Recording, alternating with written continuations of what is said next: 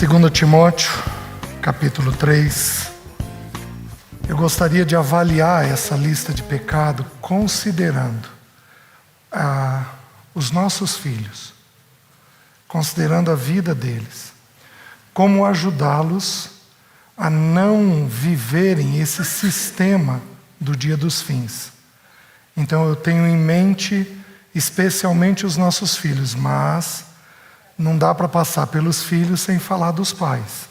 Então nós vamos avaliar nós e aos nossos filhos dentro dessa lista de pecados. Amém? Uma vez eu ouvi um irmão dar um exemplo que foi muito interessante para mim. A esposa dele, ela foi caixa de banco. E ele estava explicando como é que os bancos, quem aqui trabalha em bancos ou foi caixa, vai saber disso melhor do que eu. Ele estava me explicando como é que os caixas são treinados para identificar nota falsa. Então ele disse que os treinadores lá, eles trabalham exaustivamente esses caixas em notas verdadeiras. De tal maneira que eles pegam tanta habilidade na nota verdadeira, que de tocar numa nota falsa, eles sabem identificar.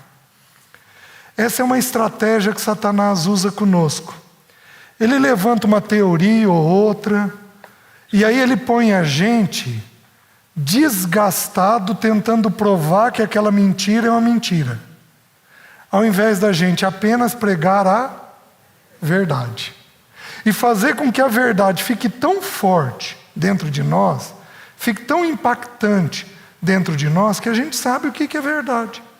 E quando a mentira chega, a gente de prontidão sabe identificar aquilo como uma mentira. Satanás é muito habilidoso contra nós, mas muito habilidoso. Ele é um mestre de mentira, de articulação, de enganar o nosso coração. Ele desde o princípio vem fazendo isso.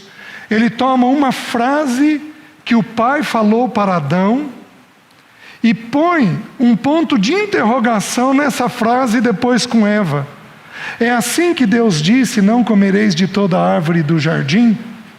Deus disse o contrário: vocês podem comer de toda a árvore do jardim. Mas ele começa com uma negativa, é assim que ele diz. Então ele torce as coisas, ele manipula as coisas. É típico de pessoas dissimuladas ou manipuladoras. Pega uma frase dentro de um contexto inteiro e torce aquela frase, muda aquele sentido. Então no tempo dos fins, ele vai fazer muito isso com todos nós. E o que nós precisamos ter de segurança? Qual é a verdade? A verdade precisa ser uma coisa exaustiva dentro de nós. Nós temos que saber de cor e salteado a verdade para enfrentarmos o tempo dos fins. Mas tem uma coisa que é curiosa. O próprio Senhor Jesus fez isso. Ele, às vezes, para ensinar um princípio, ele não ensina o princípio do ponto de vista positivo. Ele pode ensinar o princípio do ponto de vista negativo. Por exemplo, o Senhor fez isso com a oração. O Senhor disse assim: e vós, quando orardes, não sejais como os hipócritas. Ele começa a ensinar sob uma perspectiva negativa. Então Paulo lança mão agora da mesma verdade. E para nos preparar para o tempo dos fins, ele mostra coisas ruins que haverão dentro das pessoas neste período. Então, uma das formas de nós nos prepararmos para o tempo do fim é nós entendermos quais os pecados que nós temos que evitar. Faz sentido para os irmãos? Porque se nós entrarmos por esse pecado, nós nos tornamos participantes deste período do fim. Nós vimos agora o nosso irmão colocar a ênfase que Josué deu de abandonar os ídolos, os pecados.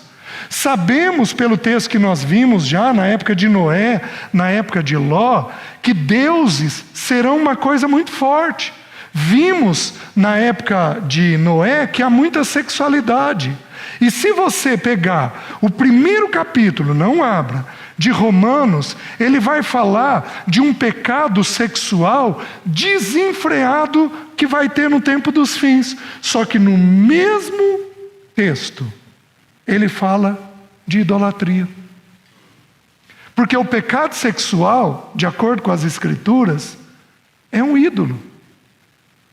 Não apenas aquele pecado descrito, mas todos os pecados sexuais, de uma forma geral, eles são ídolos dentro de nós, ídolos que nos produzem prazer. Então são dois assuntos diretamente relacionados, a idolatria e a sexualidade. Meus irmãos, no tempo dos fins, o primeiro pecado descrito, nós já vamos ler o texto, vai ser o do egoísmo. E os irmãos vão perceber que muitos pecados, mas muitos, estão ligados a prazeres pessoais.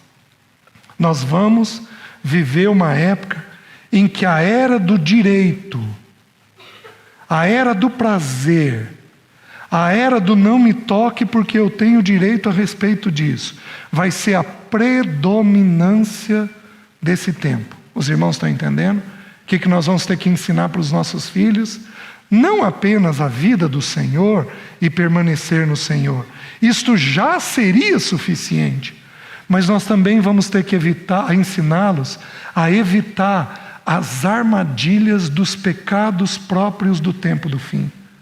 Faz sentido para os irmãos? Então eu gostaria de estudar esse texto com essa ótica. O que Satanás quer?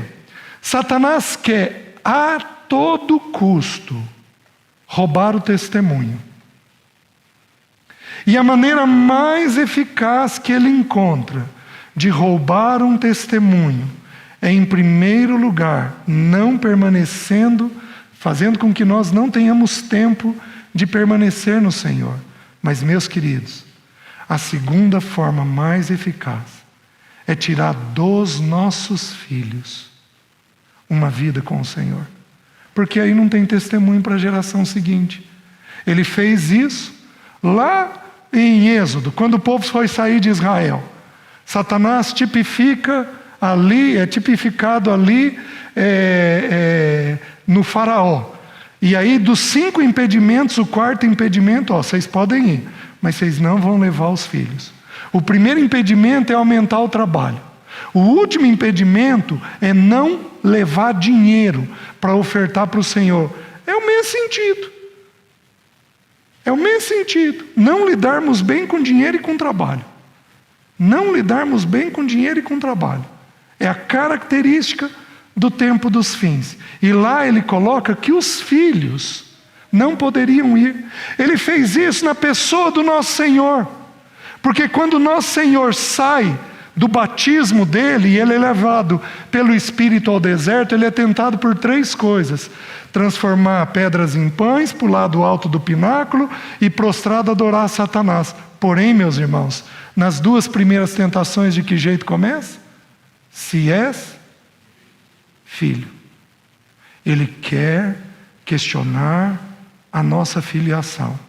Qual é o jeito sutil que ele encontra hoje de produzir nos nossos filhos estes pecados, sem que a gente perceba? Porque aí ele coloca, de qualquer forma, ele coloca os nossos filhos vivendo esse período do fim.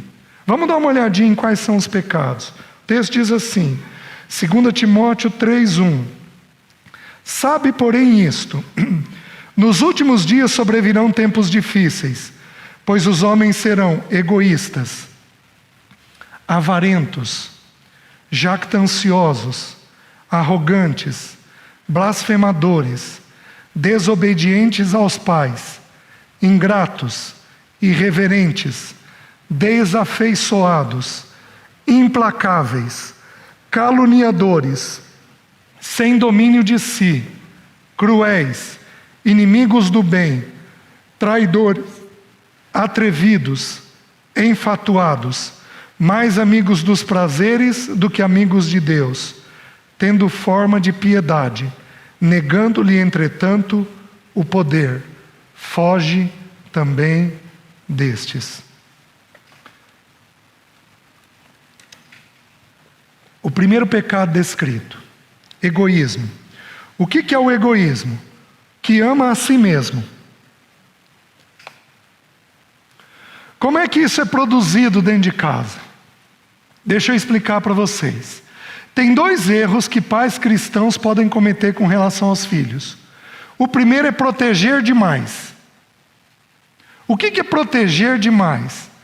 É fazer pelo filho tudo aquilo que ele tem condições de fazer. Você está entendendo? O filho já tem condições de pegar determinada coisa e fazer sozinho.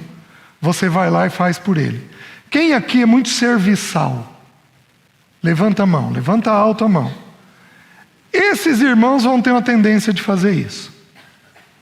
Porque são tão serviçais que naturalmente vão e acabam poupando o filho.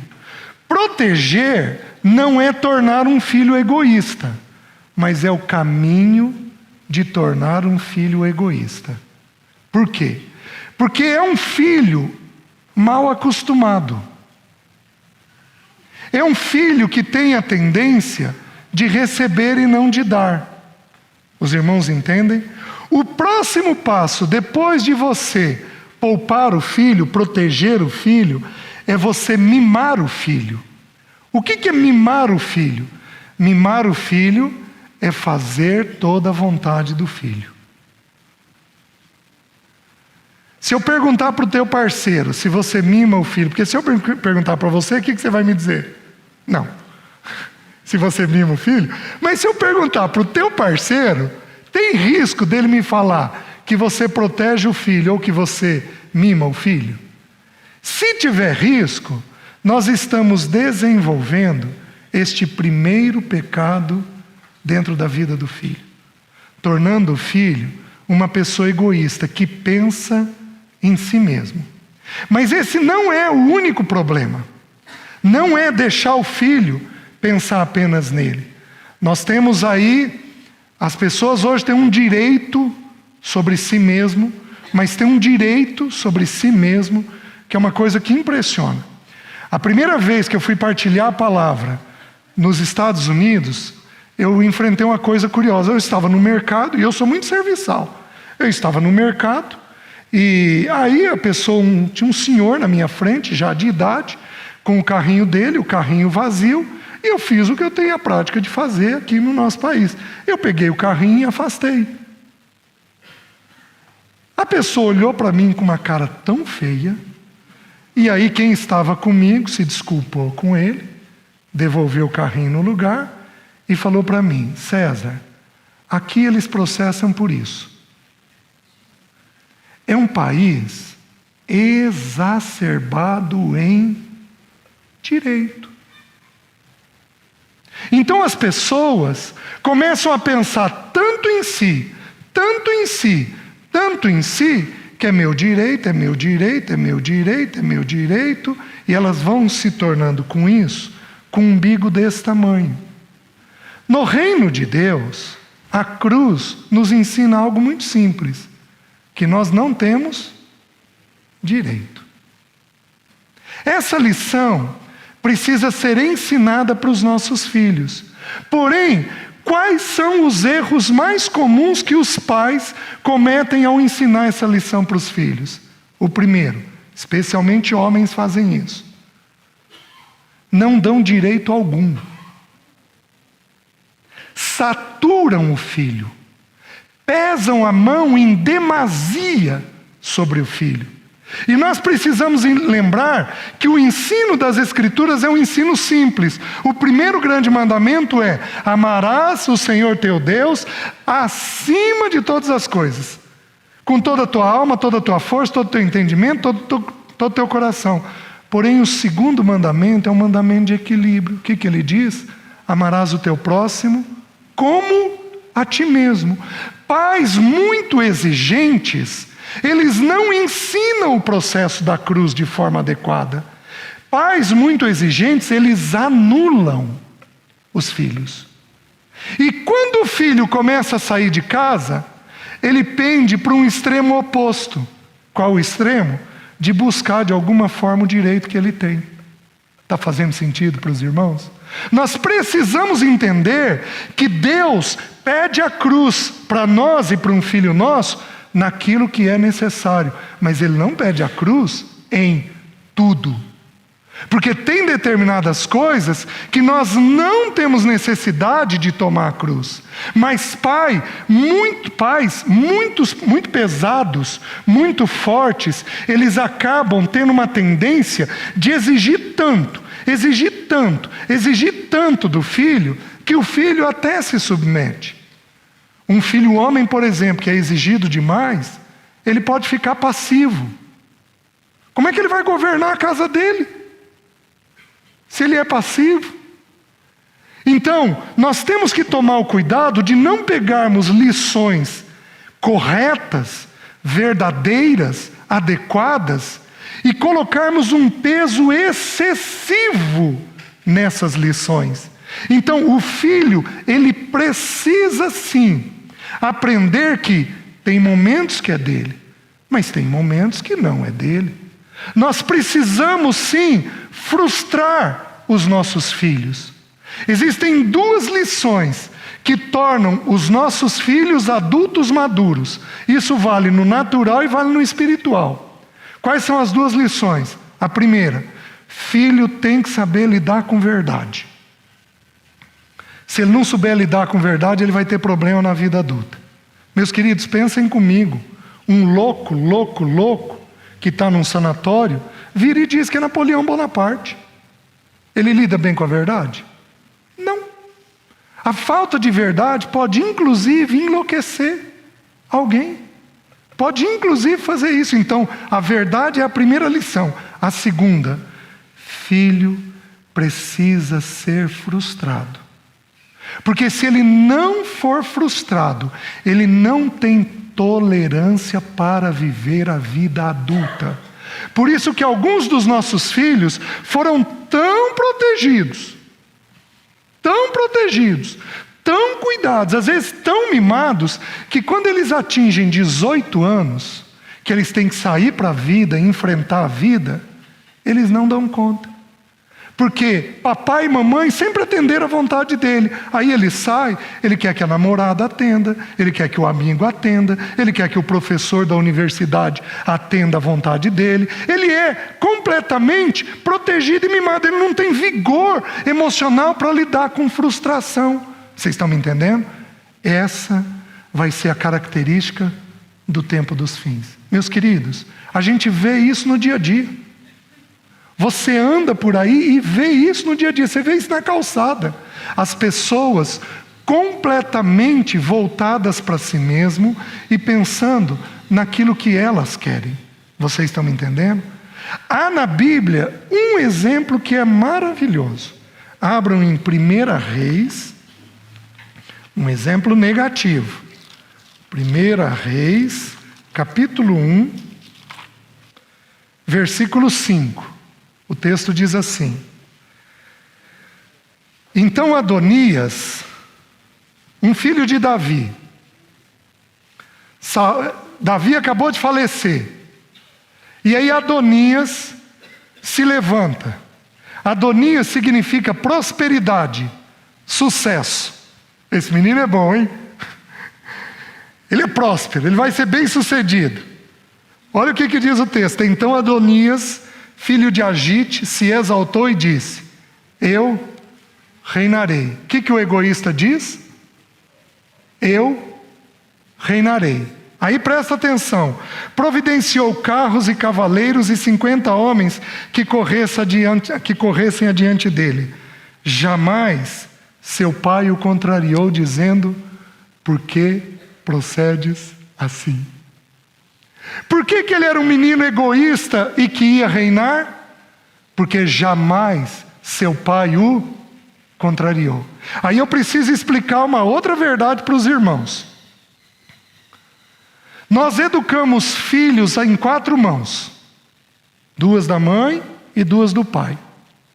As viúvas, ou aquelas, às vezes até separadas, que se encontram numa condição de viúva diante de Deus, elas têm uma promessa, de que Deus seria o marido dela e o pai dos filhos dela. Então elas encontram uma graça que nós não encontramos.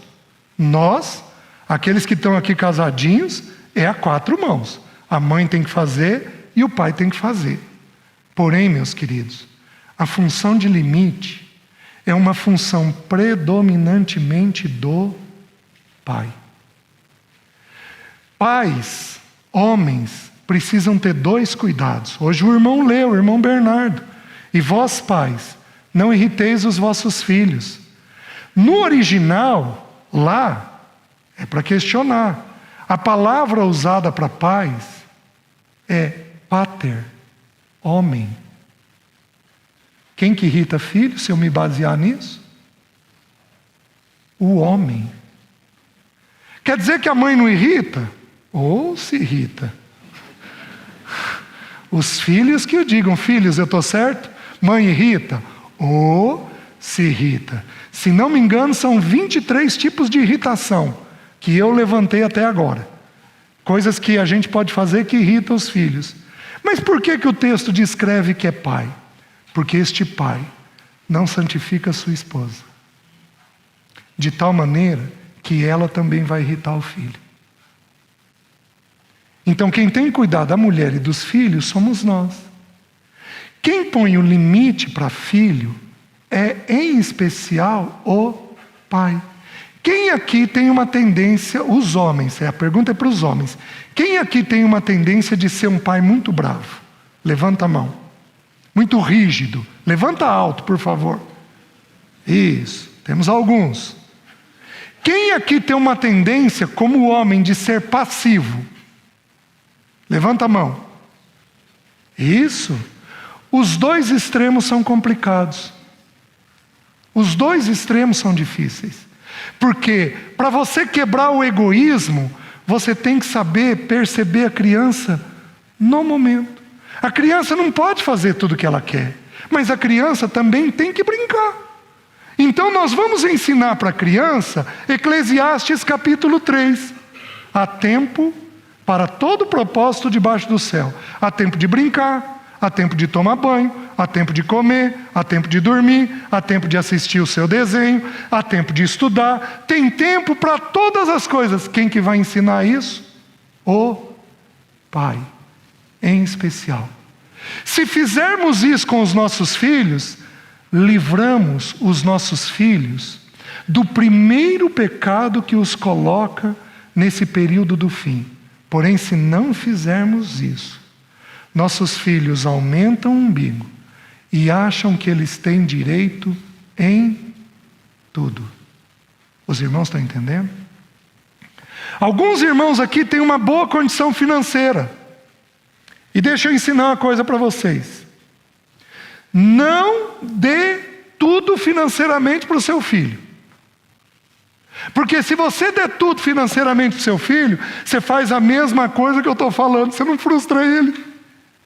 Filho, a partir de 12 anos de idade, ele precisa ter a experiência que Jesus teve. Ele foi lá no templo e falou para Maria e José: vocês não sabiam que me convinha estar na casa de meu pai?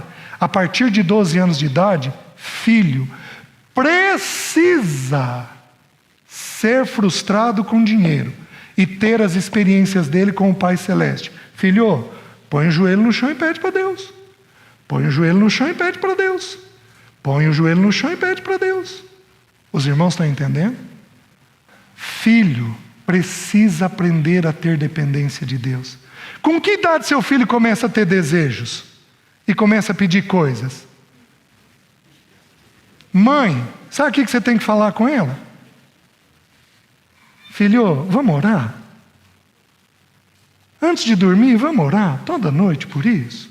Vamos pedir a Deus? Vamos orar por isso daqui?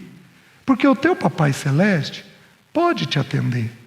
O teu Papai Celeste tem condições de te dar isso daqui.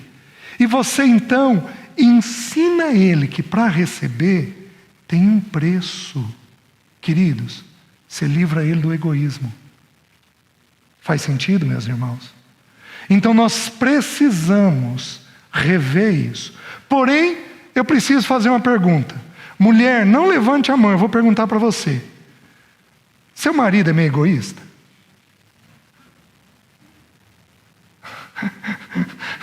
Tá, não levante a mão, nem fale. Porque dá a entender do mesmo jeito. Entendi tudo.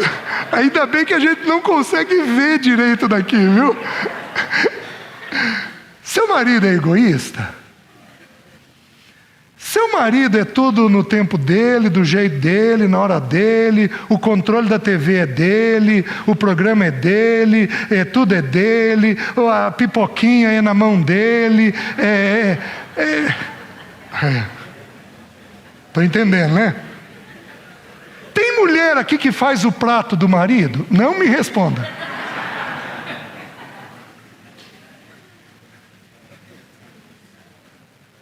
Eu venho de uma casa, meus queridos, que o meu pai na mesa ele fazia assim.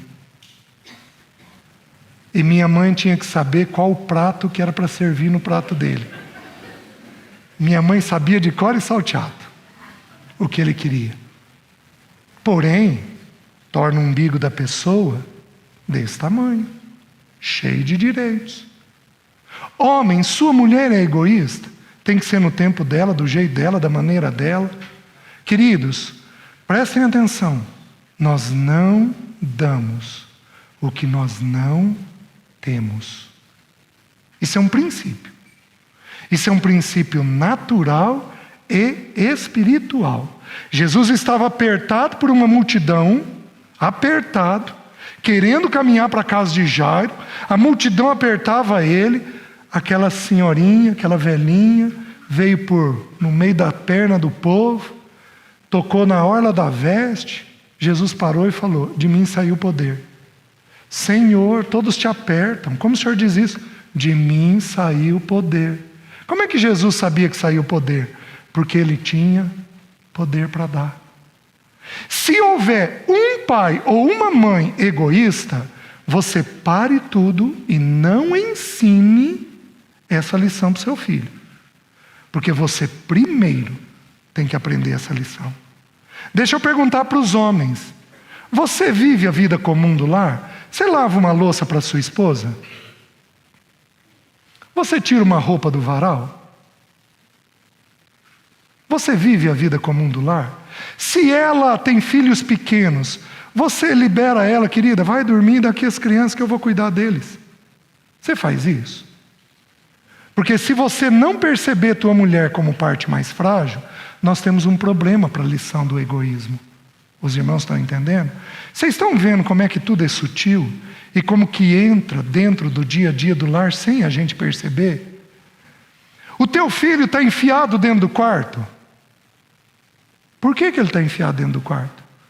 Por que ele não consegue transitar e viver com você? Por que a vida familiar é recusada por ele? Oh, meus queridos, nós deixamos eles enfiados dentro do quarto e achamos que eles não têm risco de entrar no egoísmo. Bom, o silêncio está me dizendo tudo. Está me dizendo que vocês estão compreendendo. Os irmãos estão entendendo? Segundo pecado. Volta lá em 2 Timóteo.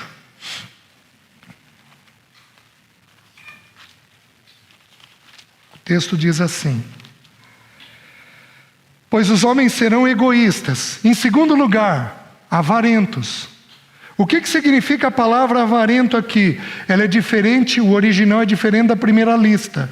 Porque lá a primeira lista é o desejo de possuir. Aqui não, aqui é quem ama o dinheiro.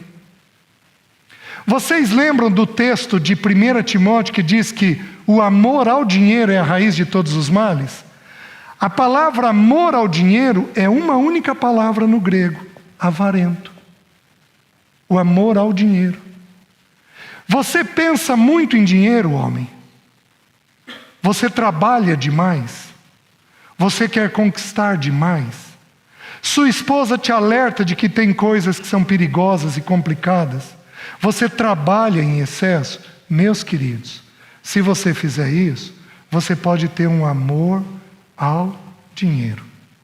E a Bíblia ensina que o amor ao dinheiro é a raiz de todos os males.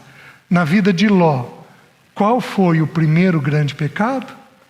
O amor ao dinheiro. E colheu tudo que colheu. Então a tônica do tempo dos fins é uma tônica de sutileza. Satanás, ele aparece para nós no período do fim como um anjo de luz. Então ele usa o Senhor chamado dinheiro para legitimar. Querido, vamos guardar tanto para o nosso futuro. Querida, nós temos que ter tal plano de saúde. Vamos fazer isso, vamos fazer aquilo. Vamos trabalhar um pouquinho a mais. Quantas mulheres aqui não dão sugestões como essas para os seus maridos? Porque elas são ansiosas quanto ao futuro. E aí tem uma preocupação excessiva com o dia de amanhã. E como a irmã Leci colocou ontem aqui, essas pessoas ficam divididas com relação à vida. Oh, meus queridos, nós precisamos entender que nós temos que rever com urgência a questão do dinheiro, né? Eu daria uma sugestão para a gente talvez estudar como igreja este tema dinheiro. Porque esse tema é muito delicado para a vida familiar. Que mais? Qual o terceiro pecado? Jactanciosos. O que é uma pessoa jactanciosa? É uma pessoa pretensiosa, ostentadora, orgulhosa. É uma pessoa que fala bem de si mesmo. Você tem uma tendência de falar bem de si mesmo? De novo, vou perguntar para o seu parceiro, porque ele vai ser mais justo na resposta. Você tem uma tendência de falar bem de si mesmo?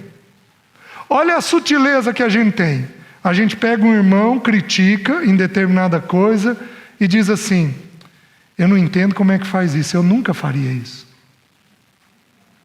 Isso é uma forma de se jactar. Ao invés de você olhar o irmão e dizer: Deus, tem misericórdia dele como o Senhor tem de mim, eu sou mais pecador do que ele. Não, você faz uma crítica. Mas aí você termina a crítica dizendo: não entendo como é que faz uma coisa dessa. Que loucura. Meus irmãos, todos nós temos dentro de nós um coração pecaminoso para cometer as piores atrocidades. Todos nós temos. Todos nós temos. Alguns de nós aqui são dóceis.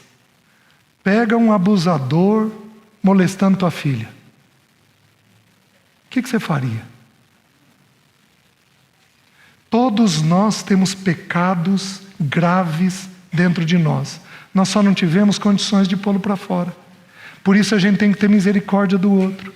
E a Bíblia diz uma coisa muito simples. Eu gostaria, anota aí na tua Bíblia, Provérbios 27, 2. Lá diz assim: não seja a tua própria boca que te louve, e sim a de outrem.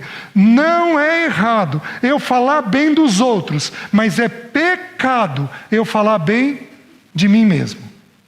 É pecado. É pecado. Eu vou falar um pecado. Olha a sutileza. Eu estava no meu primeiro para segundo ano de casamento. E eu venho de uma igreja com muitos jovens, então nós casamos entre si. Estávamos ali numa roda grande de jovens casados, e eu comecei a falar bem da Leci. Não, porque a Leci, porque a Leci, porque a Leci, porque a Leci, porque a Leci, porque a Leci. Tá bom. A Leci chegou em casa e falou assim: César, eu preciso te falar uma coisa. Eu acho que você não quis falar bem de mim. Gente, é difícil. Já tive algumas dessas com ela. Ela teve uma percepção, ela virou e falou assim para mim: eu acho que você não quis falar bem de mim. Eu falei: como assim? Você não fala para mim. Mas sabe por que eu acho que você quis falar num grupo? Para mostrar o casamento que você está tendo. Eu estava sendo jactancioso, falando bem de mim mesmo. Os irmãos entendem a sutileza? Podemos falar da nossa igreja, do nosso líder, da pessoa que dirige o louvor, podemos falar desse, daquele. Isso é um pecado do tempo dos fins. Os irmãos estão entendendo? Então, se for para falar bem de alguém, nós vamos falar dos outros e não de nós. Amém? Isso nos livra do tempo dos fins. E não só isso, tem filho que vive no salto. Entendem essa expressão? Que vivem no orgulho. E que a gente precisa, filho, menos. Filho, você não é tudo isso. Filho, toma um cuidado. Você pega e exige do filho nota boa. E ele corresponde com nota boa. Você acha que ele não pode, em algum momento da vida, ser jactancioso quanto às notas? Por isso, nós exigimos o que ele é capaz de dar. Se ele vai bem em matemática, ele vai tirar nota boa em matemática. Mas se ele não vai bem em português, ele vai tirar uma nota mediana em português. E o que nós vamos fazer? Filho, é uma característica tua. Nós vamos ensinar para os nossos filhos o que nos foi dito. Filho, você tem virtude, mas você também é cheio de pecado. O que nós vamos fazer? Qual é a forma equilibrada de amadurecer o filho? Nós vamos mostrar as virtudes que eles têm. E vamos mostrar como sendo uma dádiva do Pai Celeste. Toda boa dádiva e todo dom perfeito vem do Pai das luzes, em quem não há sombra de variação. Filho, você tem uma memória boa. Filho, você é bom de matemática. Filho, você faz isso daqui muito bem feito. Filho, isso daqui é de Deus. É uma dádiva de Deus, do Pai das luzes na sua vida. Porém, filho, eu preciso que você lembre que você tem essa tendência, essa tendência, essa tendência. E você tem que cuidar para não cair nesses pecados aqui. Com isso, você torna o filho uma pessoa equilibrada. Os irmãos estão entendendo? Sem o egoísmo e sem o risco da jactância, de cair nesse pecado de ser pretensioso. Os irmãos estão entendendo? Até porque, meus queridos, para o orgulho e a soberba, qual é a solução de Deus? Deus resiste ao soberbo e dá graça ao humilde. Em Provérbios, Deus abate o soberbo. Um jovem esses dias me contando que ele sempre foi muito bem no colégio, e aí ele foi fazer o vestibular. E o vestibular em Maringá é um vestibular relativamente difícil, o vestibular da Universidade Estadual. E ele foi seguro. Foi seguro. Aí no primeiro dia ele chegou cedo. E o pai dele perguntou: filho, você já chegou? Pai, foi tranquilo. E ele não passou. Ficou na lista de espera. Chamaram todos, menos ele. O que Deus fez com esse jovem? Quebrou ele. Porque para toda soberba, Deus tem que abater. Faz sentido para os irmãos? Meus irmãos, não trilhemos este caminho, porque o nosso Pai não apenas vai resistir, mas vai nos abater.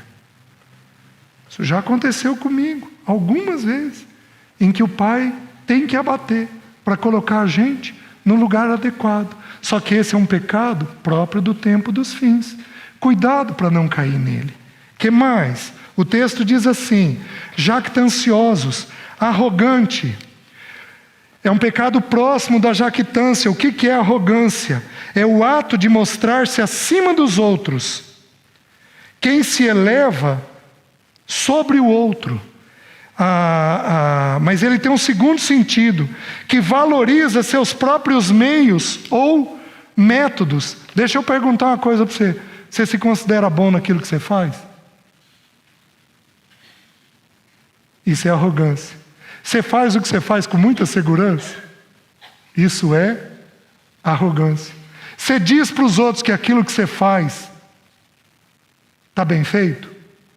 Sabe por que o arrogante é um pecado que cabe muito para a pessoa rica, que cai muito para o rico? Vocês lembram daquele rico descrito nos evangelhos, que ele tem tantos celeiros, o que ele diz?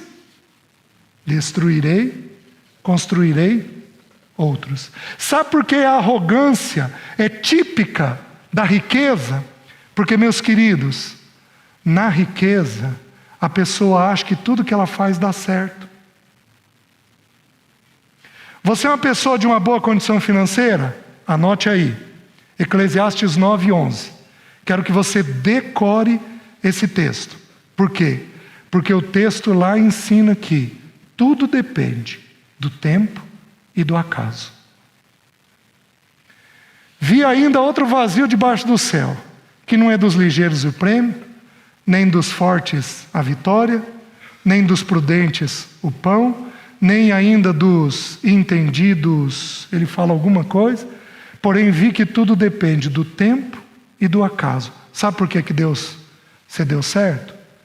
Porque a Bíblia diz que Deus faz o rico e o pobre. Não é a nossa mão. Deus faz o rico e o pobre. Os irmãos estão entendendo? Então, tenham no seu próprio coração este pecado, tanto da jactância quanto da arrogância. Nunca pise num garçom. Nunca pise num garçom.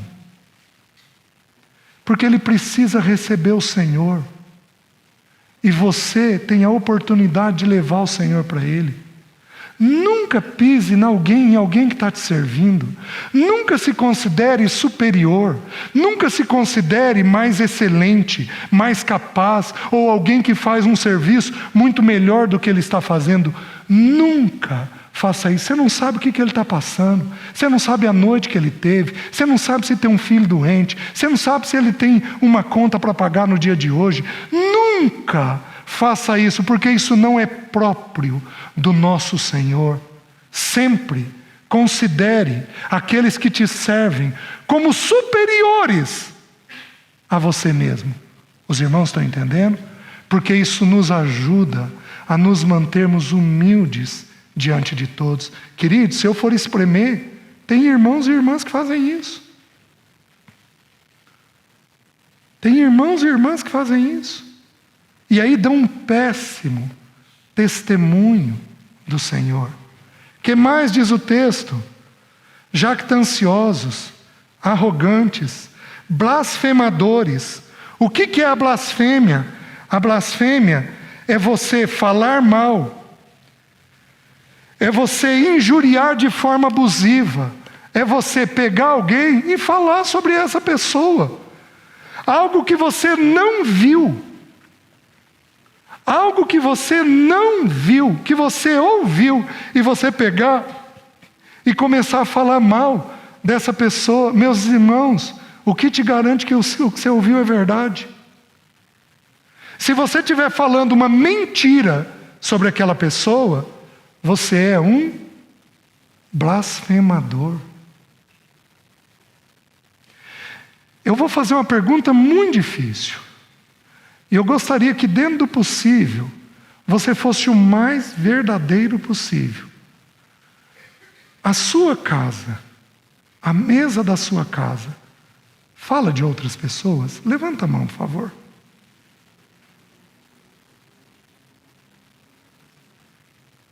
Esse pecado encerra aqui.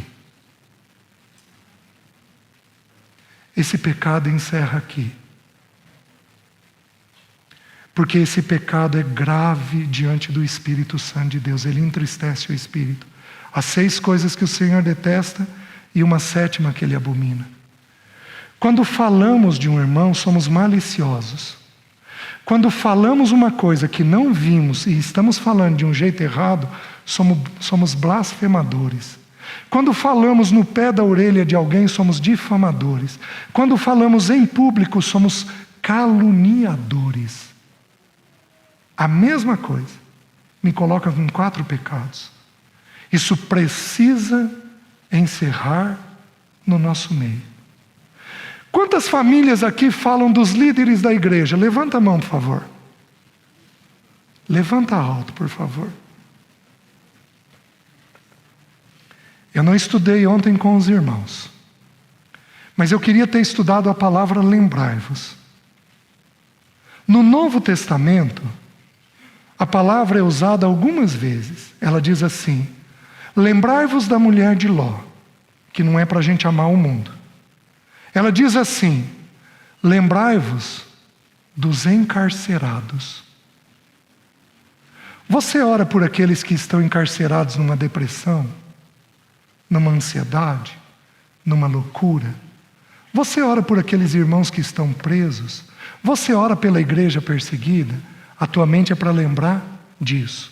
E a tua mente, e ainda diz assim: lembrai-vos dos vossos guias. E considerando o fim da vossa vida, imitai a fé que tiveram. Sabe o que é para a gente lembrar dos líderes? Daqueles irmãos de idade que terminaram a carreira bem. Eu vou lembrar para imitar a fé dele. Porque se você pega para falar, você pode cair no pecado de ser um blasfemador. A grande maioria das coisas que nós falamos, nós não vimos. Blasfêmia é isso. É falar algo que não constitui verdade. Por isso que a blasfêmia contra o Espírito é um pecado imperdoável, porque é uma coisa pesada. Meus queridos, olha quantos pecados do tempo dos fins nós temos no nosso meio. Deixa eu perguntar para vocês. Quem aqui tem elementos na casa egoístas? Levanta a mão. Levanta alto, por favor. O primeiro pecado. O segundo pecado. Quantos aqui tem elementos na casa que amam o dinheiro? Levanta a mão. Olha lá. O terceiro pecado. Quantos irmãos aqui têm problema de ser jactanciosos? Na casa tem problema disso. Levanta a mão. Olha lá. Quantas famílias aqui têm o pecado da arrogância? Levanta a mão. Olha lá. E nós queremos ser protegidos do tempo do fim. Como é que nós vamos fazer isso? Se o pecado do tempo do fim está dentro do seio familiar. Os irmãos estão entendendo? O que mais o texto diz? Blasfemadores. Aí diz: desobedientes aos pais. Filho precisa obedecer. Queridos, tem filhos que são fáceis. Então tem filhos que são difíceis. Nem todo filho agitado é desobediente. E nem todo filho tranquilo é tão obediente. Porque agitação e tranquilidade é diferente de obediência e desobediência. É bem diferente. Vocês estão entendendo? O que nós vamos fazendo ao longo dos anos? Ensinando o filho a entender que o que nós estamos falando é o melhor para eles. Um pai, via de regra, pode pedir algo errado para o seu filho abaixo dos 12 anos de idade? Não. Então qual a única resposta que cabe? Sim, papai. Sim, mamãe. Não cabe outra resposta. Porém, quando eles atingem 12 anos para frente, aí nós precisaríamos parar e estudar, nós não vamos ter tempo. Nós vamos ter uma lição dos 12 aos 30, que é ensinar o filho a tomar decisões. Se você não ensinar o filho a tomar decisões, ele fica infantil. E para um filho ser adulto, ele tem que saber tomar decisões. Só que é uma lição gradativa, lenta. Ao longo de 18 anos nós vamos ensinar essa lição. Como é que eu sei isso? Jesus tomou a primeira decisão dele aos 12 anos de idade. Qual foi a decisão? Ficar sozinho em Jerusalém. Se teu filho tomasse essa decisão, o que você faria com ele? Agora, se o teu filho resolvesse ficar um pouco mais na igreja para conversar com o pastor e sanar algumas dúvidas, o que você faria com ele? Esse é meu menino. Ó a jactância. Os irmãos estão entendendo? Jesus começou a tomar decisões aos 12. Voltou para a casa dos pais e era-lhes submisso. E aos 30 anos de idade, a lição estava feita. Ele saiu para a vida adulta. Mulher, você está em dúvida de até quando você vai educar o teu filho? Vou responder a tua pergunta. Quando é que eu vou voltar a trabalhar? Quando é que eu posso tomar essa decisão? Vou responder a tua pergunta. Quando é que o filho está formado nas Escrituras? 30 anos de idade. Então até lá, respira fundo. Porque teu filho vai precisar da sua ajuda. Mulher, a gente educa filho até 30 anos. E em geral a gente forma o caráter até 20, 22 anos. A gente ainda está formando o caráter. Depois nós vamos formar as experiências de vida. Nós vamos ensinar ele a lidar com a vida, a decidir diante da vida. Porém, essa lição só termina aos 30 anos de idade. E os filhos vão precisar ter isso. Eu não sei que idade tem teu filho. Nós temos aqui no nosso meio, não levanta a mão, filhos, pais que têm filhos desobedientes. Se você tem, eu quero te fazer um convite. A partir de hoje, todo dia, como casal, vocês vão apresentar ele em oração. A partir de hoje, todo dia, vocês vão sondar o coração de vocês e ver se vocês foram desobedientes aos pais. Eu tive uma lição curiosa. Eu fui relativamente um filho obediente. Eu não tive grandes problemas nem com meu pai nem com a minha mãe. Mas eu tenho uma história. Eu estava com 13 anos de idade, eu não era convertido. E eu fui trabalhar numa joalheria que vendia óculos, joia, relógio. Tá bom. Meu pai tinha 6 filhos estudando fora. E eu, aos 13 anos de idade, chegou o dia das mães. Pai, dá um relógio para a mãe. Filho, o pai não tem dinheiro. Como assim, pai? Pega aí um relógio. Vamos escolher um relógio e dar para a mãe. E eu briguei com meu pai. Aos 13 anos de idade. E aí, a situação passou. Meu pai não comprou o relógio. Ele não tinha dinheiro. Ele não comprou o relógio. Passou a situação. Tudo bem. Me converti aos 15 anos.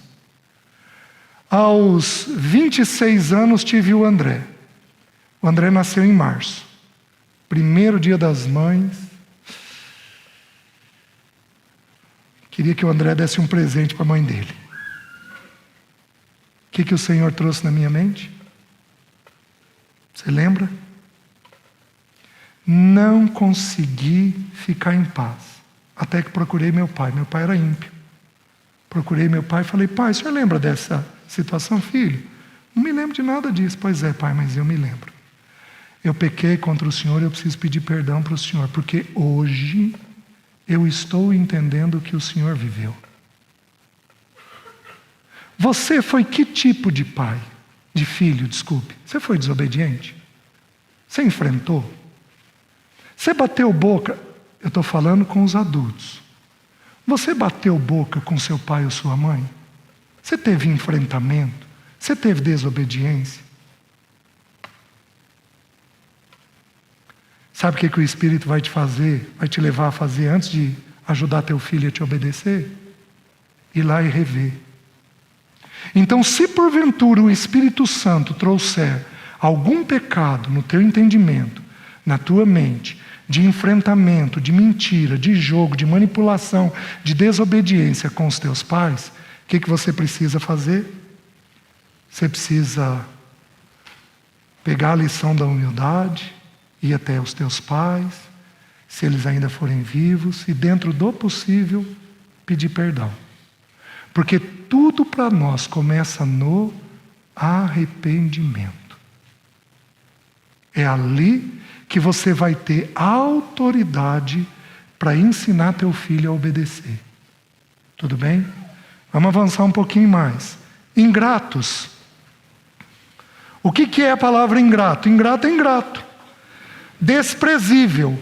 Mal agradecido. Deixa eu fazer uma pergunta. Você tem hábito de ser uma pessoa bem educada? Meus queridos, boa educação não é santidade, mas gratidão é santidade. Se não me engano, são mais de 130 vezes no Novo Testamento. Sede agradecidos, em tudo dai graças. Aliás, a gratidão é um dos excessos que a Bíblia apresenta. É para a gente dar graça em tudo. Você é uma pessoa grata? Você agradece os que estão comendo aqui nos hotéis? Você agradece as pessoas que estão te servindo? Você pergunta o nome delas? Oh, meus queridos, você quer considerar uma pessoa? A primeira coisa que você faz é considerar o nome dela. Qual é o teu nome? Oh, muito obrigado. Obrigado por isso. Obrigado por isso. Os irmãos estão entendendo? A gratidão, ela leva a Deus com uma leveza tão grande. Pessoas agradecidas são pessoas que não são críticas. São pessoas bondosas. Pessoas que conseguem ver o lado bom, que em geral na crítica a gente não consegue ver. Os irmãos estão entendendo? Isso é uma característica do tempo dos fins. As pessoas querem o que querem e elas se consideram no direito. O que nós fazemos? Nós absorvemos os problemas. Os irmãos entendem? Quando você tem um problema numa viagem, quando você tem um problema num aeroporto, com uma mala, qual é a tua atitude? Qual é a tua atitude? Você tem um tanto de resiliência, de capacidade de absorver o problema e permanecer em paz, levando o Senhor? Você tem uma capacidade disso? Os irmãos estão entendendo? Alguns anos atrás eu li de um pregador que falava para famílias, e ele foi para uma determinada cidade e ele e a esposa brigaram. E ele ficou muito chateado com aquela briga e ele ia pregar sobre família. E ele foi numa farmácia comprar um remédio para ele. Chegou na farmácia, a atendente percebeu que ele estava mal. A atendente virou para ele e falou, foi muito jeitosa, virou e falou, olha, eu estou vendo que o senhor não está com uma fisionomia boa. Hoje nós temos um pregador aqui na cidade.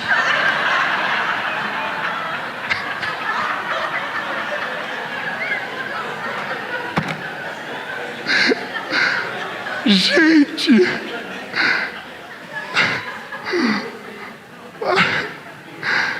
Deus é muito alegre. Ele sabe fazer com a gente, viu?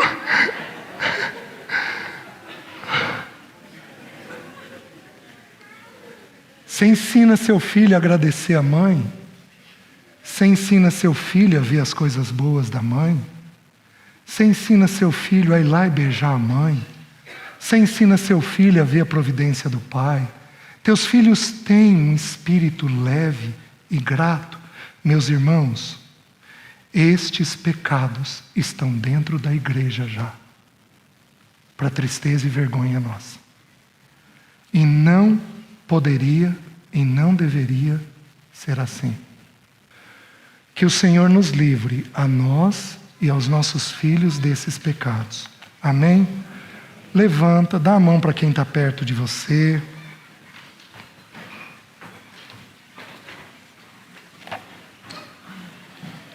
Vamos fazer aqui um cordão humano. Vamos orar pelas nossas vidas. Mais uma vez agradeço os irmãos, na pessoa do Mário, pelo convite que foi feito. Vamos agradecer ao Senhor. Senhor, obrigado, porque o Senhor tem sido favorável a nós. Senhor, a tua palavra diz, ou ignoras tu que é a bondade de Deus que nos conduz ao arrependimento? Senhor, usa de bondade e nos conduz ao arrependimento, para que o teu bom nome seja glorificado. Senhor, desperta os nossos corações e as nossas mentes e ajuda-nos a sermos cheios do Senhor. Senhor, perdoa a multidão dos nossos pecados. Perdoa o que nós homens temos feito, o que as irmãs têm feito. Perdoa o pecado dos nossos filhos. Senhor, perdoa-nos. E, Senhor, dá-nos da Tua vida. Que esse ano seja um ano diferente. E que a Tua obra prospere nos nossos lares, nas nossas vidas pessoais. Faz isso, nós clamamos, em nome de Jesus. Amém. Deus abençoe, irmãos.